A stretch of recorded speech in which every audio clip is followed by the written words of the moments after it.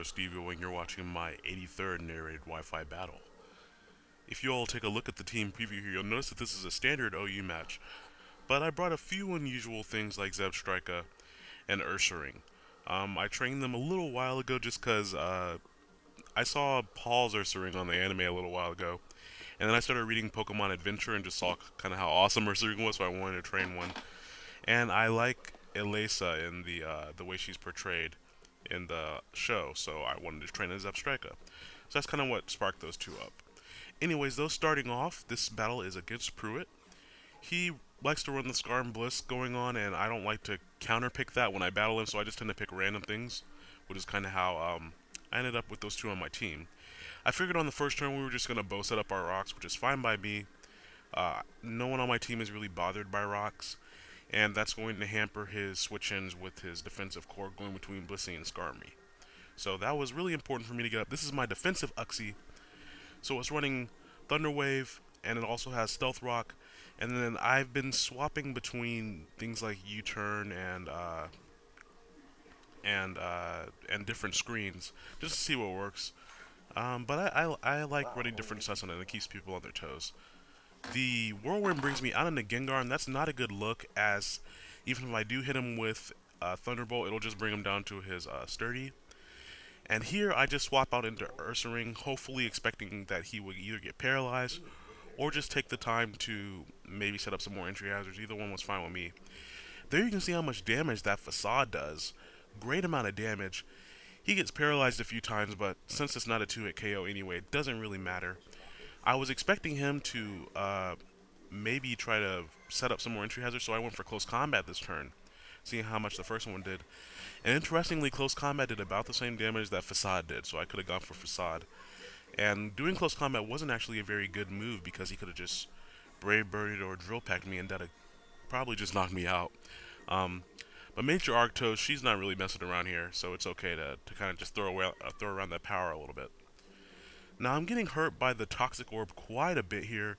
I was expecting him to go ahead and Whirlwind me out or set up entry hazards, because at this point he's not really gaining anything by Roostalling me. And so he does go ahead and Whirlwind me out, which is fine. I didn't want to attack him because I didn't want to take any more damage from this Rocky Helmet.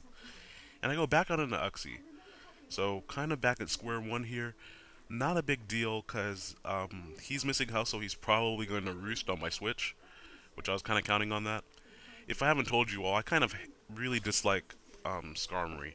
I don't like his design, and then back and forth in 3rd gen, he was kind of overused, kind of ridiculously. Skarmory and Blissey are probably two Pokemon that I will never train. Anyways, though, expecting the Drill Peck, or the Brave Bird, actually, I go out into my Zebstrika, just to hit him with the Overheat, which is great because either he was expecting the physical electric move and expected to live it, or he was expecting me to switch out again. Either way, Skarmory is dead.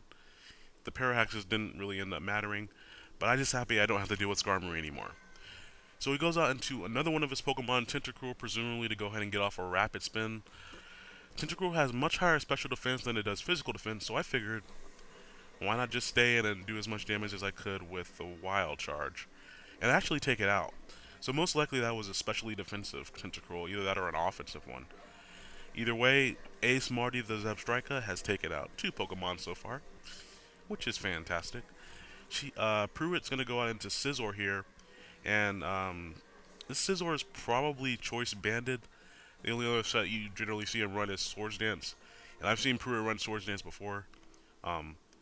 But if I had swapped out, I probably would have only gotten one more switch in with the Stealth Rocks, and then Life Orb Recoil would have killed me anyway.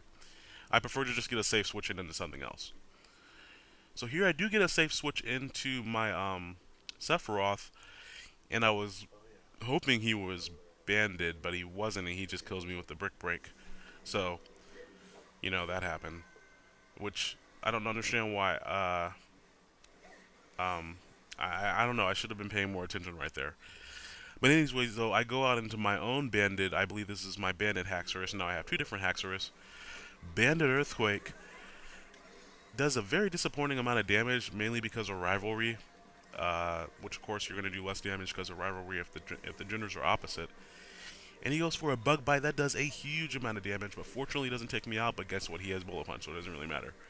So I'm letting this Sizzle kind of run train on my team for some reason. I'm not really sure why I let this Sizzle wreak so much havoc when I had things I could have swapped into it. I didn't want to sacrifice my Nightlight, and I was hoping I could have killed it. If I had the rivalry 20% boost, I probably could have killed him off. And I was crossing my fingers that I could live this Bullet Punch, because I've had Gengar live them before, but not after switching into Stealth Rocks that many times.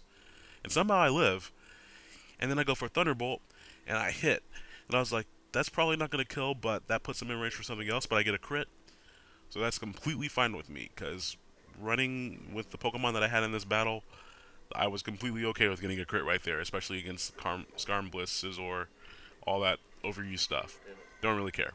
And plus hacks is hacks, and I don't know, I have bad luck generally, so I was just happy to get something right there. Here we had a speed tie. We actually checked the numbers. Pruitt and I both breed, and we both had max speed. So that came down to a coin flip, and I won it. And that means I get to take us both out. It was kind of like using Destiny Bond, except for you throw the bond at him. Kind of like a T-Bill or something. I don't know. I believe he has Blissey and maybe one other Pokemon left. And I only have 2 Pokemon left myself, I believe. He brings out Blissey. I figure Blissey doesn't have very good physical defense even when fully invested, so let's just smack it as hard as we can with the close combat. He just takes the opportunity to switch out into Torterra, which is much more defensive. And he's going to take that a little bit more nicely, but interestingly enough, my 0 speed investment Ursaring is actually going to outspeed Torterra, which, if close combat did that much, Facade is definitely going to kill it. And you see the Toxic racking up there. His Blissey probably isn't going to be able to take a hit from Major Arktos, just because if Torterra has good defense and it took that much damage from close combat, which is neutral, Blissey being weak against it is going to get demolished by it.